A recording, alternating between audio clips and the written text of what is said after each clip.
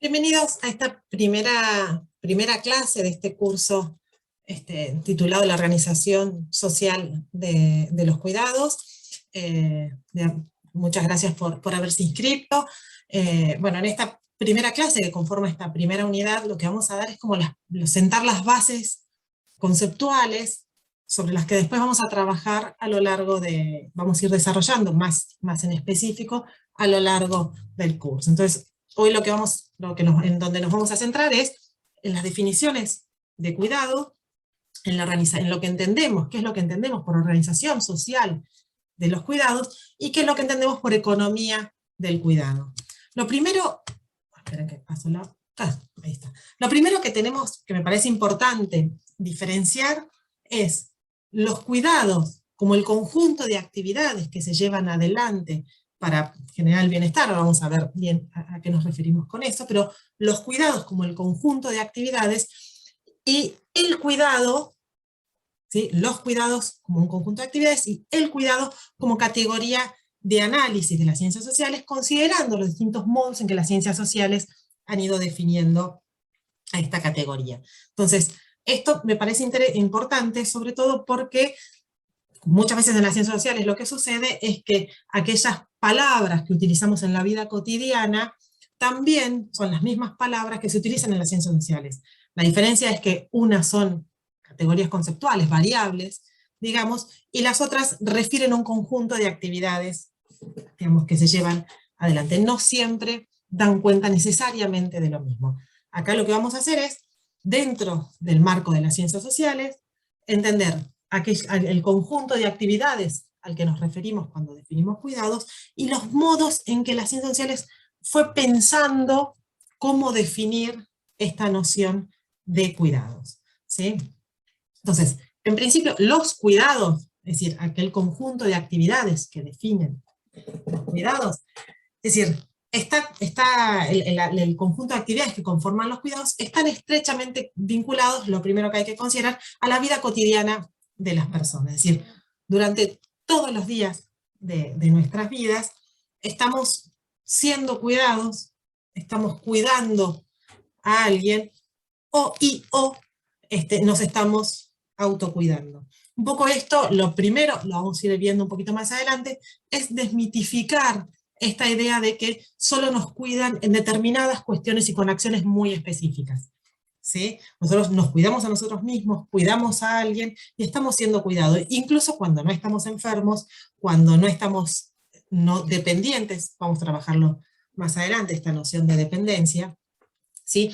O cuando somos niños o adultos mayores, o niñas y adultos mayores. Es decir, un poco ir rompiendo esas ideas de que solo se cuiden en momentos muy específicos de la vida, y empezar a pensar, ¿sí?, que seamos adultos o no, estamos cuidando y siendo cuidados, e incluso nos estamos cuidando a nosotros mismos. Entonces, lo primero que hay que considerar a la hora de empezar a pensar estas actividades de cuidado es eso, es que los cuidados se llevan adelante en las vidas cotidianas de las personas.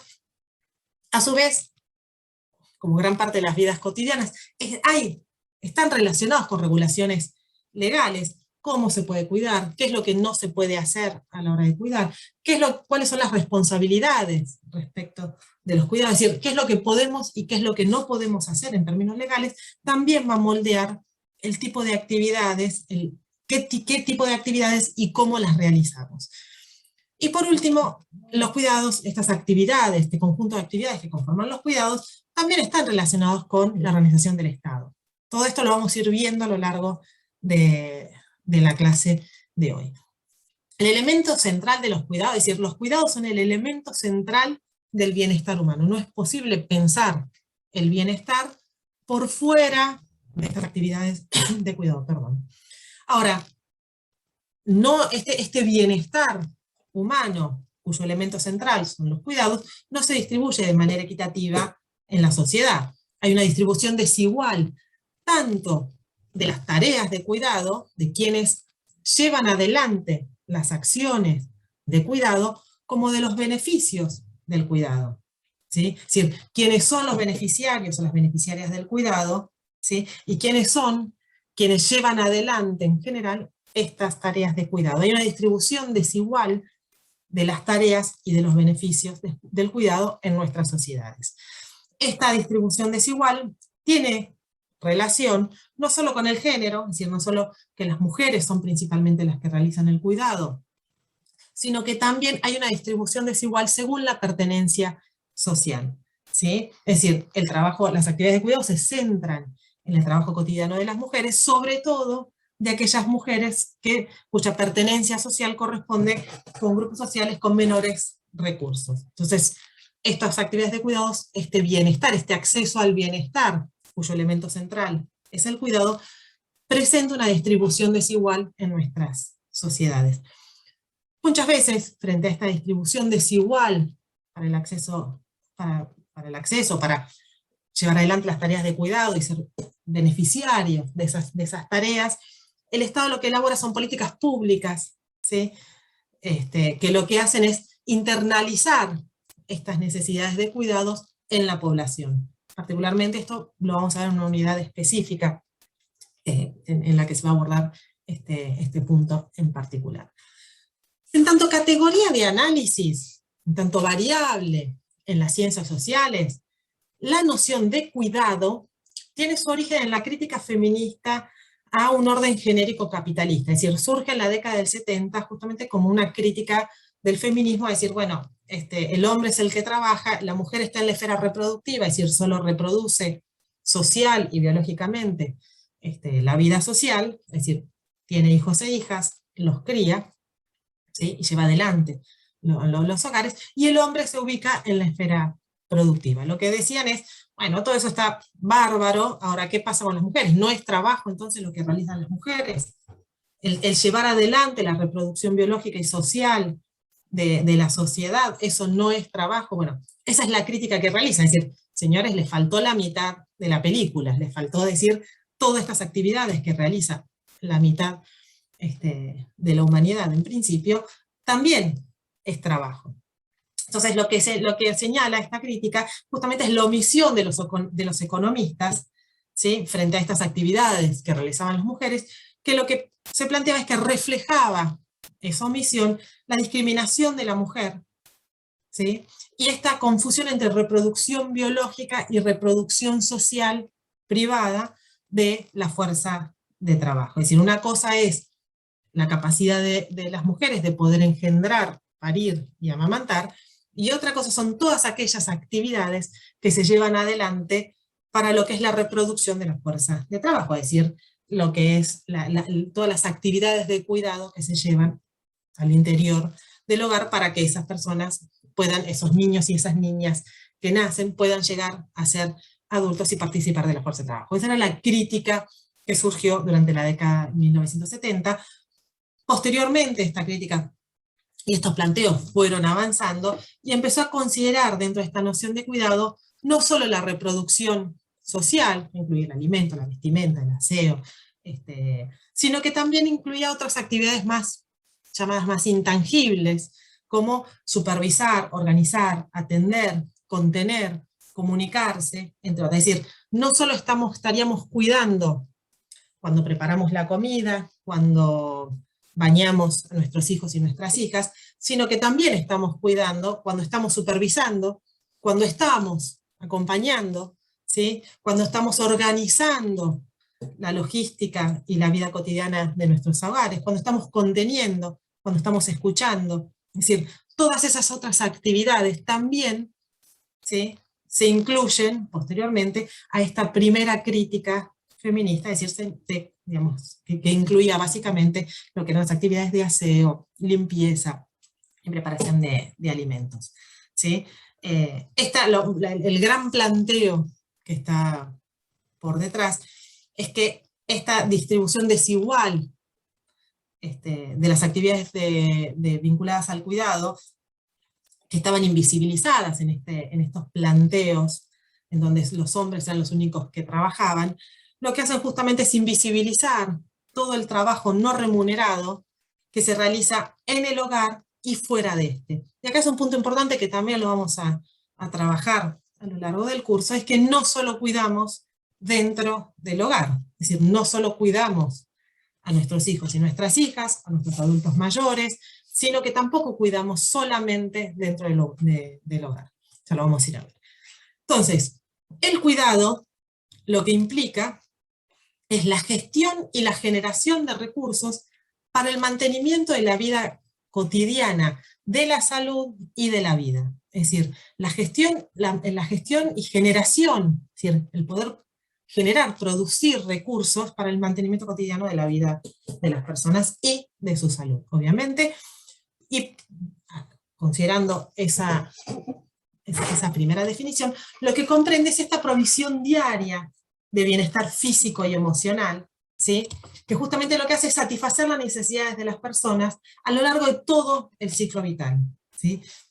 Y esto, cuando digo a lo largo de todo el ciclo vital, es esto, ¿no? Que no solo se cuida cuando se es niño o niña, no solo se es cuidado cuando uno es niño o niña, cuando está enfermo o enferma, o cuando es adulto mayor, sino que a lo largo de toda nuestra vida estaríamos necesitando ser cuidados de alguna u otra manera.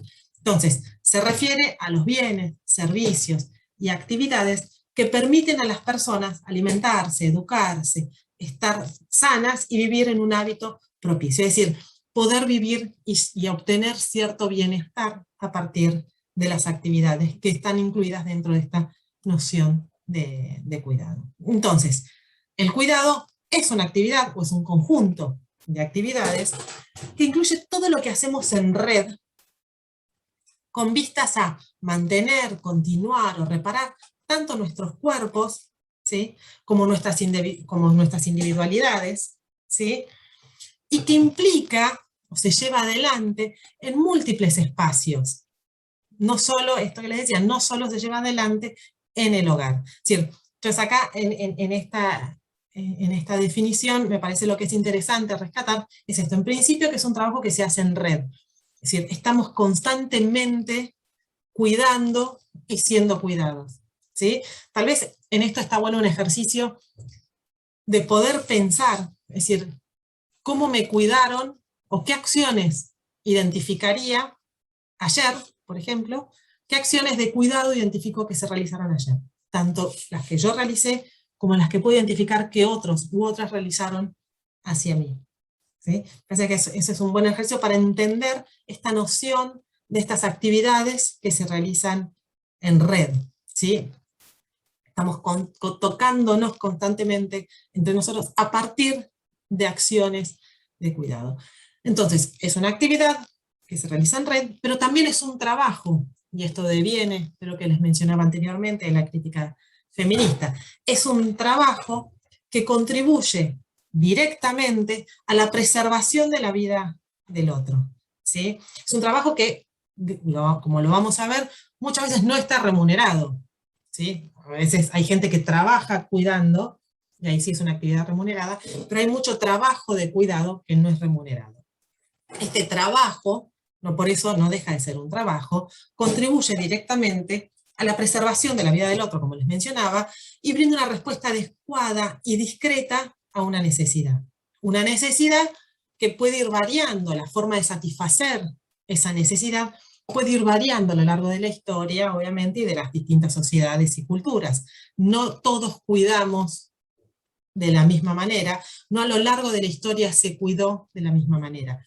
Las formas de cuidar, las exigencias, lo que entendemos que es imprescindible, ¿sí? para la preservación de la vida del otro, es algo que también ha ido variando a lo largo de la historia y que varía a lo largo de las distintas sociedades y las distintas culturas. ¿Sí?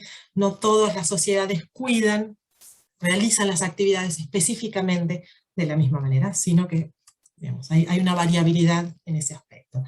Ahora, y acá, cuando uno amplía esta noción de cuidado, dice, bueno, no solo estoy cuidando cuando realizo tal actividad, cuando estoy, por ejemplo, bañando, cuando estoy llevándole la comida a alguna persona enferma, sino que la amplío al mantenimiento de la vida cotidiana. Claramente lo que el desafío que tiene la noción de cuidado es establecer los límites, es decir, bueno, entonces, ¿cuándo dejo de cuidar? ¿Cuándo sigo cuidando? Entonces, poco en estos límites que entendemos, y es parte del desafío de las ciencias sociales en relación con el análisis del cuidado, es que justamente los límites son difíciles de establecer. Estamos constantemente repensando cuáles son los límites de lo que vamos a entender por cuidado. Lo que nos queda claro, y tal vez ese sea el punto de partida, es que durante el ciclo vital hay circunstancias o periodos vitales en los que se requiere, obviamente, cuidados intensivos y especializados. Entonces le decía, cuando uno está enfermo, cuando uno es niño o niña, cuando uno es adulto mayor, ¿sí? O cuando se presenta frente a situaciones de vejez. Ahora, eso no es, digamos, con esta definición de este límite más estrecho, no nos alcanza, que es un poco lo que venía mencionando anteriormente.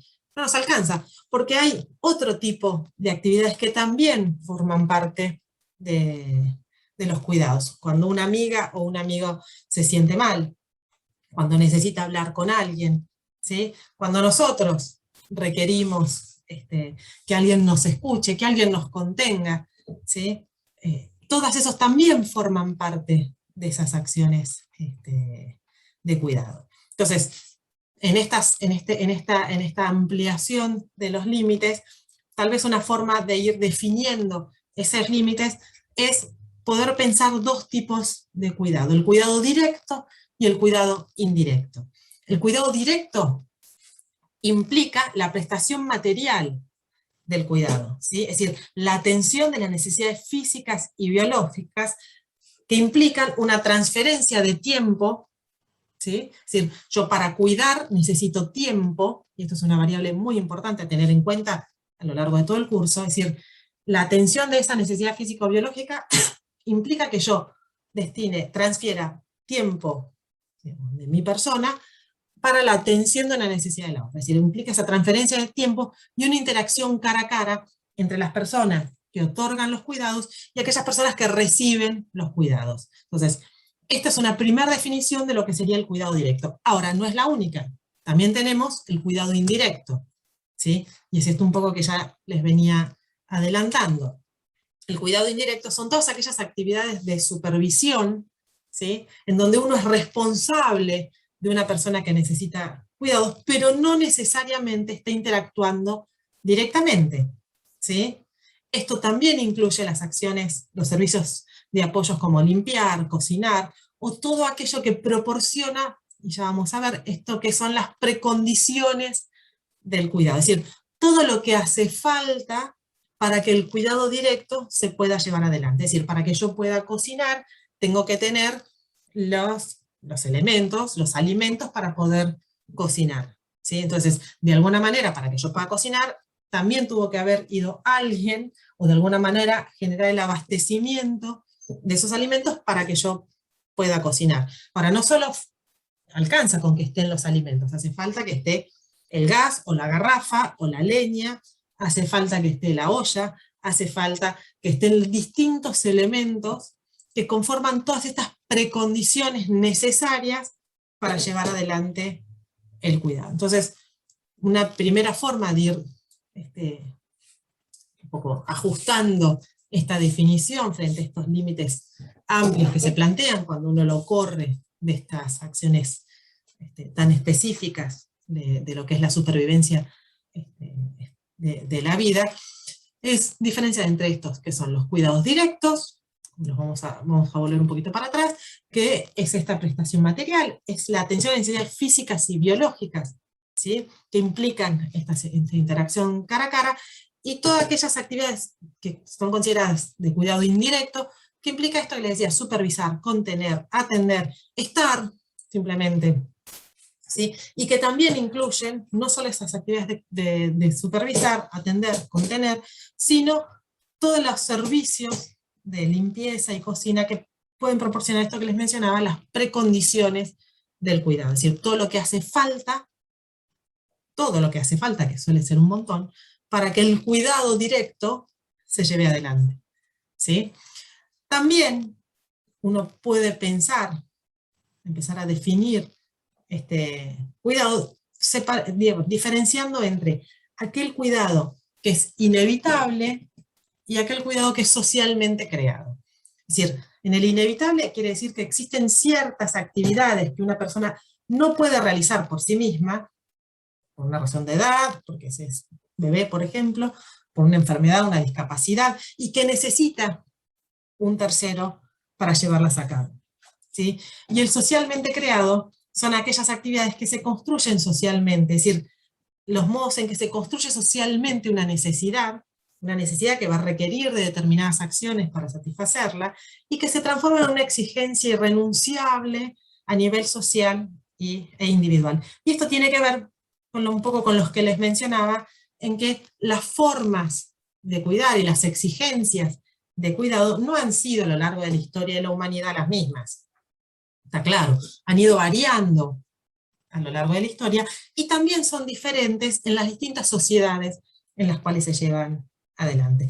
No es lo mismo cuidar en Argentina que cuidar en Noruega, que cuidar en Estados Unidos, o que cuidar en África, en África o en Pakistán. Es decir, cada sociedad tiene sus especificidades en relación con los cuidados. Entonces hay una construcción social de la forma de satisfacer las necesidades de cuidado, ¿sí? Entonces, para eso, y considerando la diversidad que se presenta en las sociedades justamente lo que necesitan es distribuir bienes y servicios que aseguren el bienestar de la población, ¿sí? En general, en nuestras sociedades, en Occidente en general, bueno, digamos, el llevar adelante estas acciones de cuidado recae principalmente sobre las mujeres. Ahora, no recae solo sobre las mujeres, es decir, si pensamos que para llevar adelante los cuidados hace falta precondiciones de cuidado, que estén toda una infraestructura, ¿sí?, que esté ahí presente para poder llevar adelante los cuidados, lo que nos queda es que no solo cuidan las mujeres, sino que, y hay una distribución desigual, como les mencionaba anteriormente, de quienes realizan las actividades de cuidados y quienes son los beneficiarios de muchas de esas actividades de cuidados. Entonces lo que nos queda es que el cuidado en una sociedad se cruza con otros sectores. Esto que le decía, la infraestructura, con la salud, la educación, la protección social y las políticas de mercado de trabajo. Es decir, hace falta, para definir los cuidados, una comprensión, una aproximación más comprensiva de su análisis para el diseño de las políticas públicas, ¿sí? Es decir, todos disponemos de la infraestructura para poder cuidar de la forma en que es esperable cuidar, ¿sí? Cómo se entrecruza estas formas y esta distribución desigual de los recursos y de la infraestructura en relación con la salud, los modos de enfermar y de morir, los modos de acceder a la educación o no, ¿sí? Los modos de poder participar del mercado de trabajo o no. Eso es lo que habla, hay una categoría que es esta, la de la interseccionalidad, ¿sí?, que surgió justamente para dar cuenta de esto, es decir, bueno, señores, no alcanza con decir que solo las mujeres son las que principalmente cuidan, porque no es lo mismo una mujer digamos, de un sector social rico que una mujer de un sector social pobre, ¿sí? El acceso al cuidado, el acceso a estas precondiciones de cuidados, el acceso al poder tener esta infraestructura de cuidado, no es lo mismo. Entonces no nos alcanza solo con decir que es una cuestión de género. Hay que considerar otros marcadores de diferenciación social, como es el género, obviamente, pero también lo que es la clase, lo que es la etnia, como surge en Estados Unidos, la variable de raza está presente, la discapacidad o la orientación sexual, ¿sí? Es decir, no solo es una desigualdad de género, sino que en nuestras sociedades, y en Latinoamérica en eso es muy marcado, es una cuestión que incluye sobre todo la clase, el grupo étnico, la discapacidad o la orientación sexual, ¿sí? Esta noción de interseccionalidad, este abordaje de la interseccionalidad, surge a fines de la década de los 80, perdón, en relación con lo que es el activismo feminismo negro en Estados Unidos, que dice, bueno, a ver, señores, justamente, no es lo mismo ser negra, pobre, mujer negra pobre, que ser mujer blanca y de clase media o alta en Estados Unidos. Acá no podemos hablar solo del género, tenemos que incluir otras cuestiones, ¿sí? Es decir, un poco la crítica es estos análisis unidimensionales de las desigualdades, donde dice, bueno, además del género, tenemos que incluir la clase social, la raza, porque surge de esta crítica del feminismo negro, la discapacidad, como les mencionaba, y la orientación sexual. Entonces, interseccionar un poco a lo que refiere es al análisis de estas desigualdades sociales. Digamos, lo que plantea es que estas desigualdades sociales deben pensarse de manera conjunta, ¿sí?, en nuestras sociedades, porque de manera conjunta es que se clasifica socialmente a los sujetos. Es decir, no solo se nos clasifica en tanto hombres, mujeres, o femeninos y masculinos, sino que también se nos clasifica de acuerdo a estos otros marcadores sociales que les mencionaba en la filmina anterior. Entonces, lo que considera la interseccionalidad es que en la jerarquía social se inferioriza a aquellos que no se adecuan a un estereotipo físico y sexual patriarcal occidental. Es decir, se inferioriza a todo aquello que no es hombre, blanco, de clase media o alta y heterosexual. ¿Sí? Es decir, ese sería como el gran planteo de la interseccionalidad, es decir, bueno, todo aquello que no es hombre, blanco, de clase media o alta y heterosexual, está en una jerarquía social inferior en Occidente. Entonces hay que considerar al género también considerando estos otros marcadores sociales. Esto se relaciona con que no solo es un hombre blanco de clase media o alta y heterosexual, sino que se cruza con otro mito, que es el mito de la independencia, sobre todo en las sociedades modernas contemporáneas, en donde hay un gran énfasis en esta cuestión de la autonomía y la independencia. Entonces, sería un hombre blanco de clase media o alta heterosexual, independiente y autónomo, ¿sí? Esta noción de independencia y autónoma específicamente también entra en discusión con la noción de cuidado. Es decir, justamente un poco por lo que veníamos adelantando, recibir cuidados no necesariamente se opone a la independencia o a la realización social. Es decir, uno recibe cuidados, es decir, el recibir cuidados no hace necesariamente que yo rompa con mi noción de independencia. Para eso lo que tenemos que hacer es corrernos de la idea de que solo se cuida en determinados momentos, es decir, cuando se es niño o niña, o cuando se está enfermo, cuando se tiene alguna discapacidad, o cuando se es adulto mayor, es decir, cuando se tiene algún grado de dependencia. No solo cuidamos a esas personas cuando esas personas tienen cierto grado de dependencia, sino que la cuidamos a lo largo de toda la vida cotidiana, con distintas acciones, y acá viene lo que mencionábamos, acciones directas, acciones indirectas, ¿sí? Es decir, aquellas que son más vinculadas a cuestiones físicas y biológicas, y aquellas que responden más a un entorno social que las van construyendo. Implica acciones de intervención directa y acciones de supervisión y estar.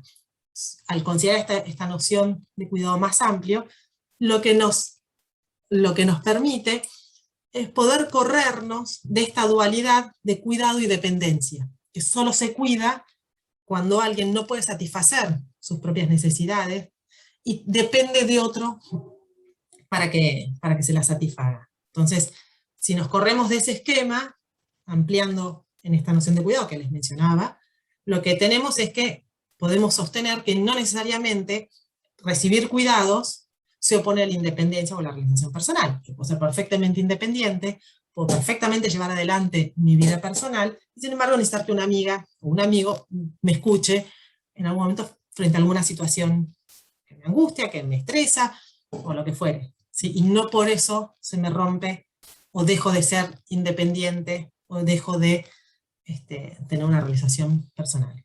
Es decir, esto es que los adultos autónomos también pueden dar y recibir cuidados en términos recíprocos. Esto es justamente cuando cuidamos a amigos, parejas, familiares, es decir, no hay que pensar el cuidado en relación con dependencia o independencia, sino pensar los cuidados en relación con una interdependencia que caracteriza nuestra condición humana.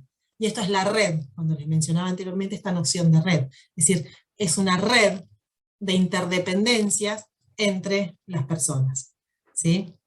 Incluso aquellas personas con discapacidad también cuidan. Los adultos mayores también cuidan. Los niños y las niñas también cuidan, ¿sí? Cuidan a sus hermanitos, atienden, es decir, hay una interdependencia de los cuidados, una interdependencia que caracteriza nuestra condición humana. Entonces, esto es correr el eje de pensar al cuidado simplemente en relación con las dependencias, ¿sí? Entonces, justamente no es pensar a la dependencia como el satisfacer una necesidad específica, ¿sí? Sino que uno depende a lo largo de su vida en múltiples ocasiones de la vida cotidiana, justamente porque se trata de una interdependencia. Todos nos dependemos, digamos, dependemos de nuestros familiares y nuestros allegados, las personas con las que compartimos nuestra vida cotidiana. Esto lo que hace es un poco romper con este mito del valor de la autonomía y de la autosuficiencia, que remite a ese hombre de clase media, blanco, ¿sí? Heterosexual, y que es autónomo y autosuficiente, ¿sí?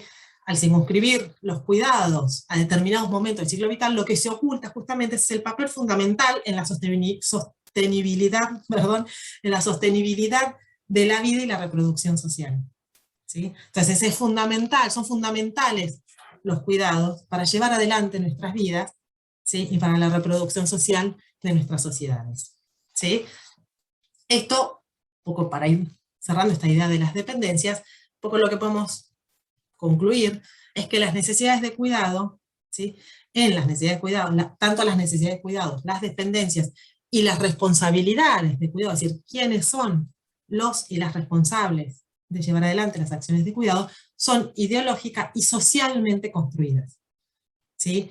Hay muy poco natural en esas necesidades, es decir, no hay nada que sea estrictamente natural, ¿sí? Muy poco es eso que es solo natural. Y es esto que nos decía de estos cuidados que son directos y que implican necesariamente esas necesidades biológicas de las personas. Todo el resto de los cuidados, de los cuales con los cuales uno lleva adelante su vida cotidiana, están construidos ideológica y socialmente.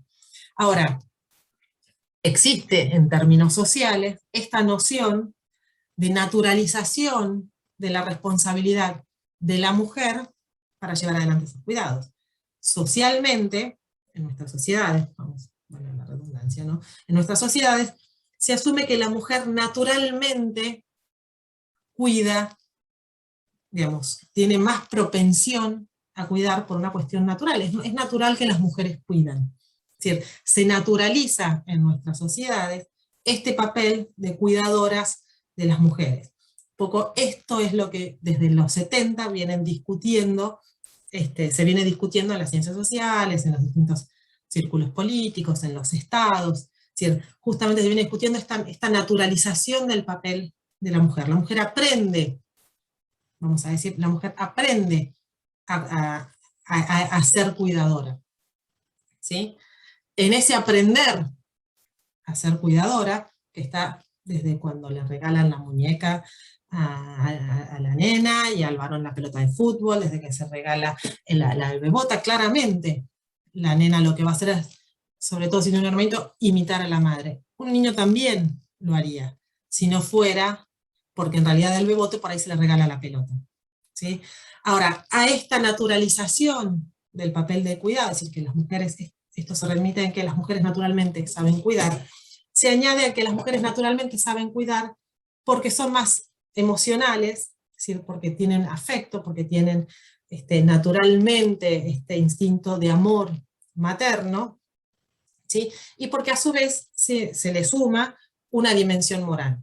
Es decir, no solo está naturalizado, ¿sí?, el papel de cuidadoras, también está naturalizado el afecto asociado a este papel, y también hay una dimensión moral, es decir, es correcto, está bien que las mujeres tengan esta naturalización. Un poco este es el gran eje que se discute y que se trata de ir desentramando, ¿sí?, y de ir cambiando a lo largo, digamos, desde los 70 en adelante. Tratar de romper con este esquema de esta naturalización del papel de la mujer cuidadora, esta naturalización del amor materno, ¿sí? Como si fuera distinto al amor paterno, ¿sí?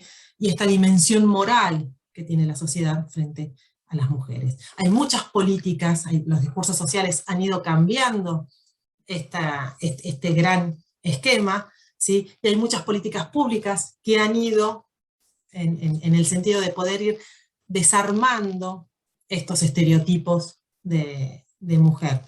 O sea, ampliando las licencias de paternidad, por ejemplo, ampliando, vamos a tener una unidad específica de masculinidad y paternidad, ampliando el rol y la importancia del padre en las actividades de cuidado, atención y contención de los hijos y de las hijas, ¿sí? Bueno, han ido, vamos a ver la clase que viene más en particular lo que son las políticas públicas, pero han ido cambios en los discursos sociales, y han ido cambios en las normativas legales, y cambios en las formas de organización del Estado a través de las políticas públicas, para ir desentramando o desarmando estos estereotipos de cuidado asociados a un estereotipo de mujer. ¿Por qué? Porque estos estereotipos lo que hacen es, inciden justamente en lo que es la participación desigual de hombres y mujeres en ámbitos laborales, es decir, las posibilidades que tengo de acceder al trabajo con ese estereotipo se me limitan, las posibilidades de acceder a cargos políticos se limitan, ¿sí? Eso acompañado a esa imposibilidad, ¿sí? de participar, no implica que se otorgue un valor, ¿sí? a las actividades que las mujeres ejercemos dentro del hogar. Es decir, no hay una jerarquización de las actividades del hogar que puedan compensar las dificultades en la participación en el ámbito laboral, en los ámbitos laborales, políticos y sociales. ¿Sí? Entonces, hay una valoración inferior de las actividades que se realizan en el hogar, básicamente porque no están remuneradas tampoco, ¿sí? que impactan esta participación desigual de las mujeres y de los hombres en estos ámbitos que les mencionaba. Entonces, para ir ordenando todo esto que veníamos hablando, hay una sobrecarga de cuidados en la mujer, que dificulta el acceso al mercado laboral, que limita ciertas capacidades individuales y colectivas, sobre todo si pensamos en todo ese tiempo que dedican las mujeres a llevar adelante las acciones de cuidado, ¿sí? y que no es remunerado. Entonces eso limita las capacidades individuales y colectivas, obviamente, limita el acceso a fuentes de poder y toma de decisión, ¿sí? porque siempre estaría dependiendo en un sistema en donde nos manejamos a partir del dinero, estaría dependiendo de alguien o del Estado o de alguna forma de obtención de recursos, ya sean en dinero o en bienes y servicios, ¿sí?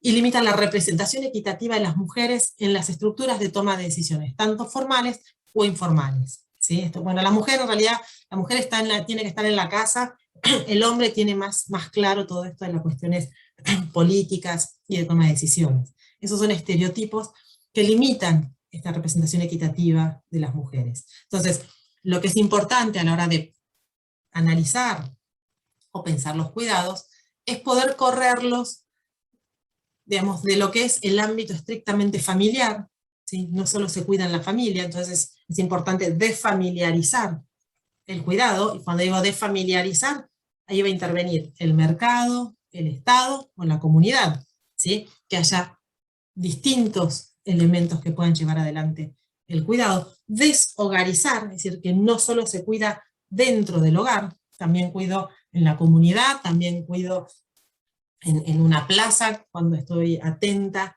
también a los hijos o las hijas de otras personas, y desfeminizar los cuidados. Es decir, no solo se cuida en la familia, no solo se cuida en el hogar, y no solo cuidan las mujeres.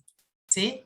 Se puede cuidar en distintos ámbitos, distintos agentes, el Estado, con sus políticas públicas, puede proveer cuidados, el mercado puede proveer cuidados, la comunidad puede proveer cuidados, ¿sí? que no solo se realicen dentro del hogar y que no solo estén a cargo de mujeres.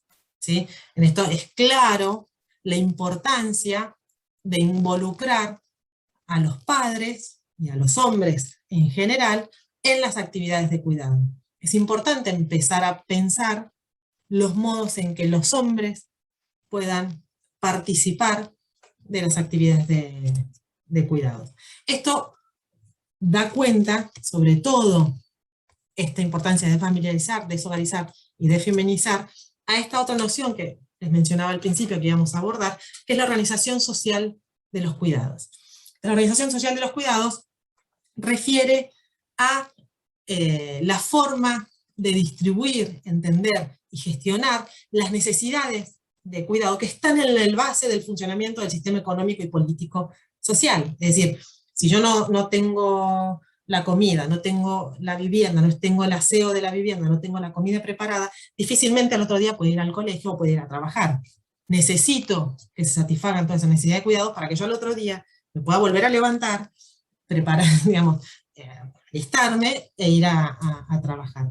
Entonces, para definir la organización social de los cuidados, hace falta considerar la demanda de cuidados existentes, quienes proveen los cuidados y cubren esa demanda, y los modos en que el régimen de bienestar, es decir, el Estado, se hace cargo de esa demanda, ¿sí? El Estado, el mercado, la comunidad o la familia, ¿no? O sea, el régimen de bienestar se hace cargo de la demanda de esos cuidados. Entonces, implica hay cuatro elementos que conforman la organización social de los cuidados. Hay cuatro esferas que pueden satisfacer esto, que pueden cubrir las demandas de cuidado, que es, como veníamos mencionando, las familias, donde están principalmente centradas en las mujeres, ¿sí?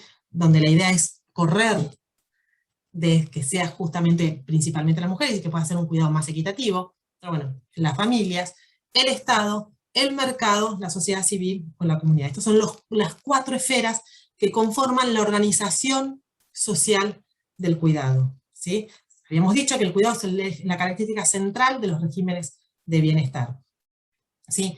Según qué es lo que prime, digamos, si prima el Estado, si prima el mercado, si prima la familia, o si prima la comunidad, me va a dar distintos regímenes de bienestar.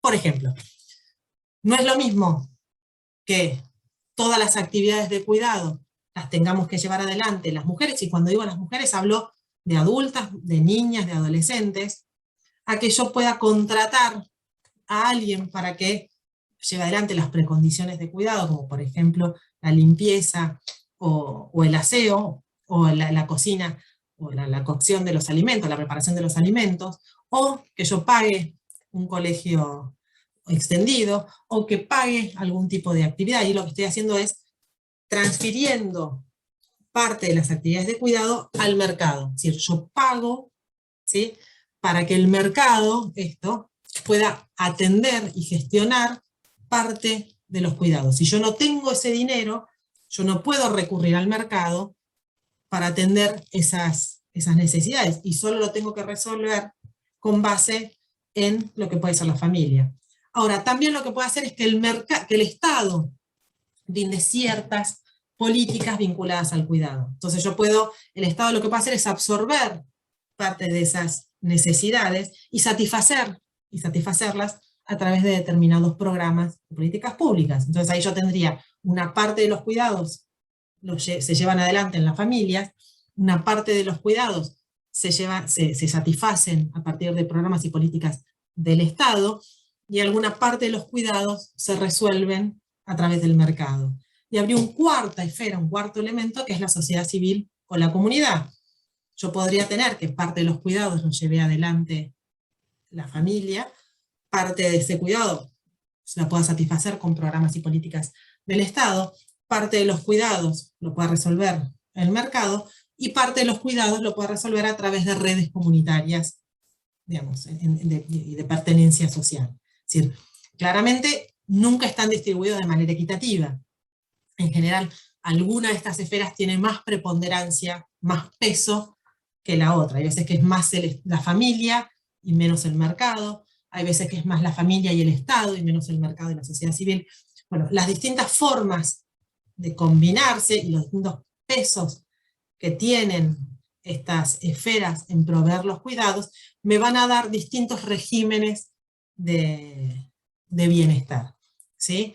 Dentro de lo que es las familias, en esta organización social de los cuidados, tendría tres tipos de trabajo doméstico y de cuidado. El trabajo doméstico no remunerado, que es un poco remite a todo esto que estábamos mencionando, es decir, las adultas, las adolescentes, las niñas son quienes más actividades realizan. El cuidado remunerado, todo aquel cuidado que se realiza dentro del hogar, pero es remunerado, y acá es donde interviene el mercado, ¿sí? Y acá puedo tener trabajadoras del hogar, niñeras, enfermeras, bueno, pueden ser de jornada completa, pueden ser de jornada parcial, puede ser dentro del hogar o fuera de él, ¿sí? Dentro de las familias tengo este tipo de cuidadoras remuneradas, y en tercer lugar tengo estos servicios médicos y de enfermería basados en el hogar, que estos pueden ser que se satisfagan vía el mercado o se satisfagan vía políticas sociales, es decir, que haya programas y políticas públicas que lleven adelante servicios médicos y de enfermerías centrados en el hogar, acompañantes terapéuticos, enfermeros o enfermeras que asisten a la atención de alguna persona. Es decir, estos tres elementos son tres tipos de trabajo doméstico y de cuidado que se realiza dentro de las familias. Ahora, cuando me refiero al mercado, lo que estoy incluyendo es a los servicios privados para el cuidado, puede ser infantil, para el cuidado acá de los adultos mayores, para el cuidado de discapacitados, para el cuidado en general, donde tengo las salas cunas, la atención preescolar, los servicios de residencia para adultos mayores, los hospitales y las clínicas, y los servicios de cuidado también dentro del hogar, que forman parte del mercado. Y cuando me remito con el mercado es en donde uno tiene que pagar para poder obtener ese servicio. Y finalmente también está el Estado, ¿sí? En donde acá lo que estamos incluyendo son todos esos servicios estatales públicos, ¿sí? Para el cuidado infantil, sobre todo las políticas públicas están destinadas a lo que es el cuidado infantil de adultos mayores, y también acá me faltaría agregar los de discapacitados. Entonces tendríamos las guarderías, los jardines infantiles estatales, los centros de cuidado de adultos mayores, hospitales y postas, y los servicios de cuidados domiciliarios, donde acá también puede incluir los acompañantes terapéuticos que brinda el Estado. Estos servicios que brinda el Estado en sociedades como las nuestras no alcanzan a cubrir las demandas de quienes lo requieren. Es decir, en sociedades como la Argentina, el Estado no satisface todas las necesidades de cuidado. Necesariamente, si bien el Estado puede brindar ciertas actividades de cuidado, hace falta que esté la familia, hace falta que también esté, o se pueda o no, acceder al mercado y esté la comunidad. Solo el Estado no garantiza todo lo que es la provisión de cuidado. Y las organizaciones comunitarias, lo que se incluye son este grupo de servicios que son ofrecidos por cuidadoras voluntarias o de organizaciones comunitarias, y hay algunos también de apoyo de cooperación internacional, es decir, todo lo que se produce, todas las formas de organización en que la propia comunidad comienza a organizarse para satisfacer estas demandas de cuidado.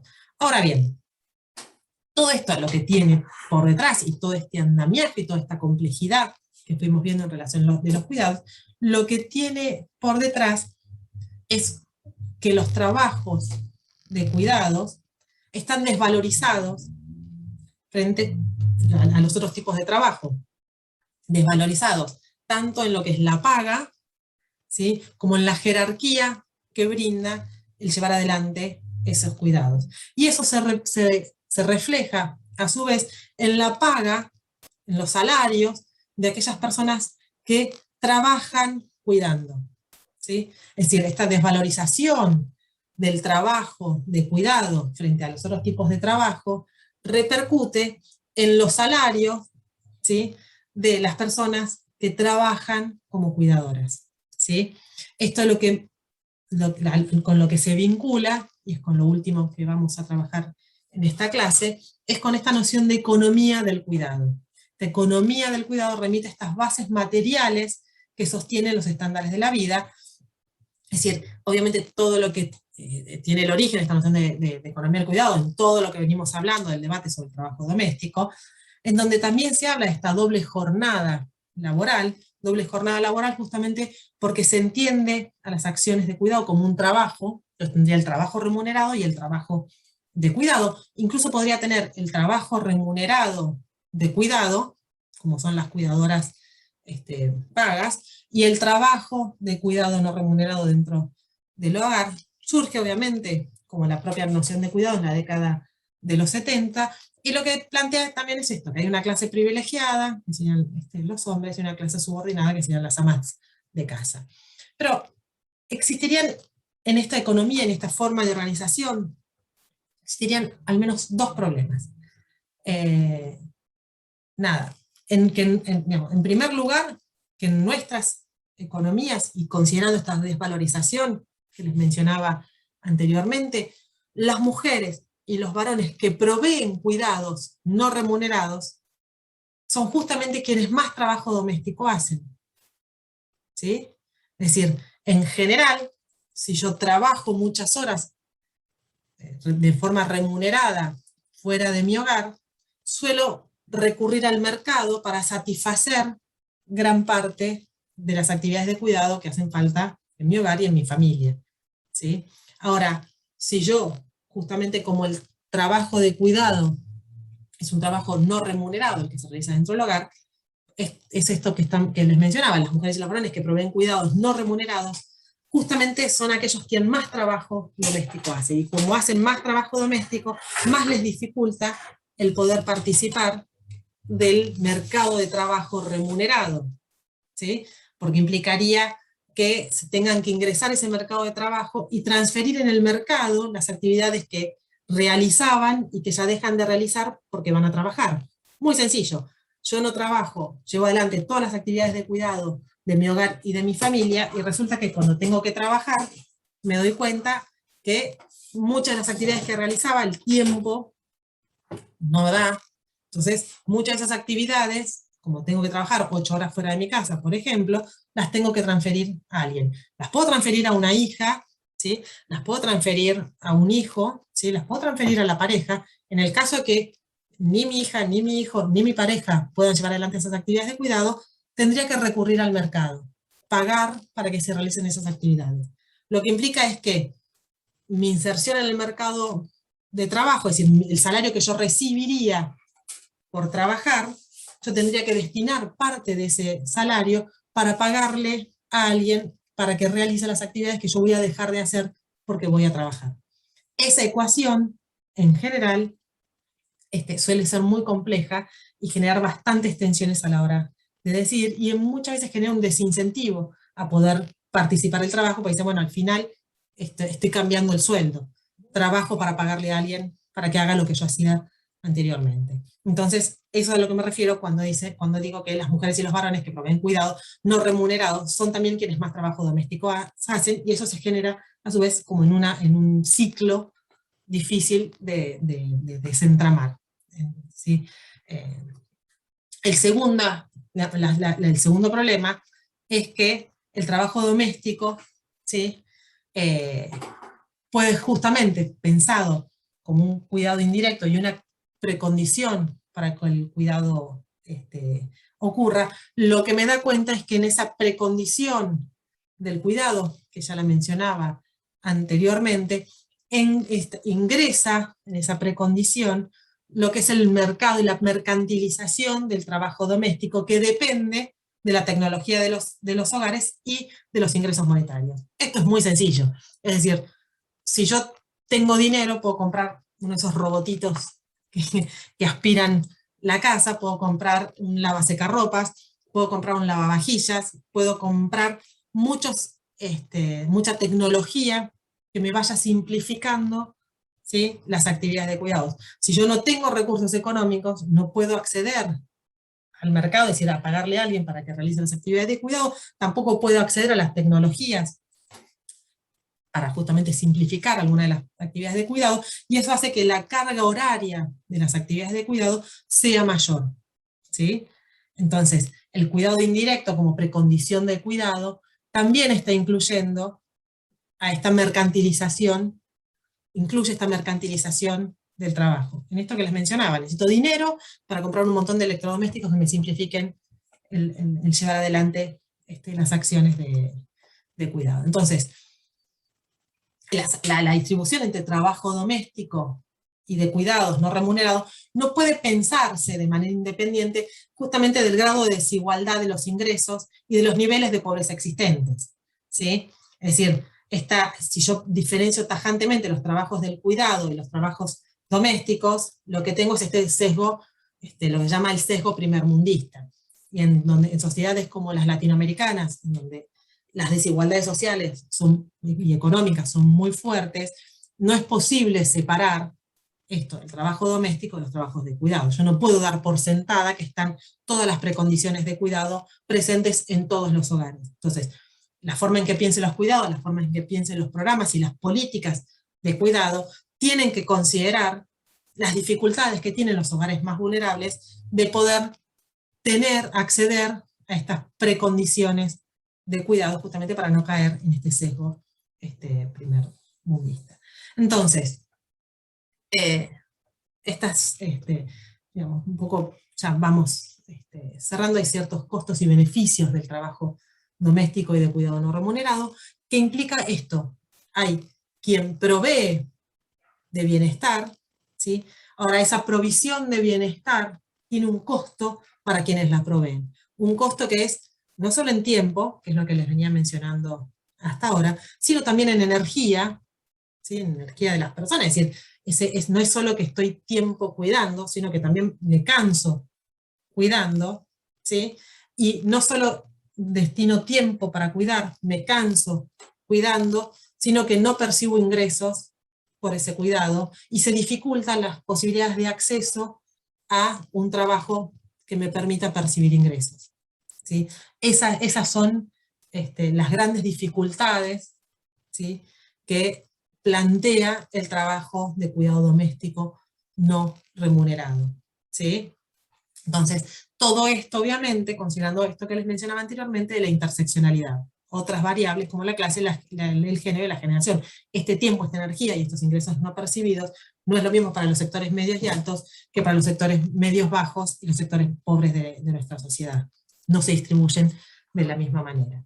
Entonces, si en el marco de que cada vez más las mujeres se van incorporando al mercado de trabajo, ya sea por necesidad, ya sea porque pueden, ya sea porque lo desean, ¿sí?, lo que está sucediendo es que en los últimos años ha habido un aumento de las demandas de cuidado, ¿sí? Entonces, ¿por qué? Porque si yo tengo que ir a trabajar, entonces necesito que alguien esté en casa cuidando a mis hijos o hijas, a algún familiar discapacitado, a algún adulto mayor que necesita cuidados. Entonces, esta participación de la mujer, sobre todo de la mujer, en el mercado de trabajo, lo que aumenta es una demanda de cuidados, ¿sí?, y que esa demanda de cuidados lo que genera son numerosos empleos de cuidado, ¿sí? Es decir, se amplía el mercado de cuidados a partir de que muchas de las cuidadoras empiezan a participar del mercado de trabajo, justamente empiezan a participar por esto que hablamos de la jerarquización, por esto que hablábamos de las autonomías que implican el tener el dinero propio en el marco de una sociedad capitalista. Entonces, todo eso a su vez amplía y genera un aumento en el mercado de trabajo. No obstante, el trabajo de cuidados y el cuidado, ¿sí?, es decir, todas aquellas personas que reciben un salario por cuidar, en todo el mundo siguen estando desjerarquizados, ¿sí?, siguen percibiendo salarios bajos respecto del resto de los trabajos, y muchas veces están por fuera de los beneficios y las protecciones sociales, es decir, están por fuera de los marcos legales que normativizan los trabajos. En Argentina, diríamos, está por fuera del marco de la ley de contrato de trabajo.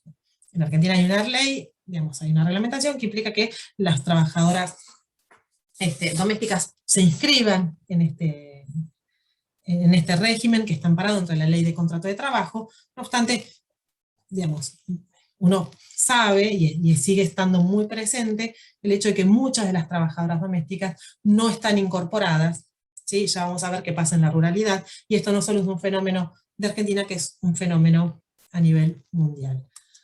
Entonces, lo que se requieren y los desafíos que se requieren para resolver estas situaciones es que haya una mayor diversidad y un mayor acceso a políticas digamos, que el Estado pueda brindar programas y políticas y servicios de cuidados, ¿sí?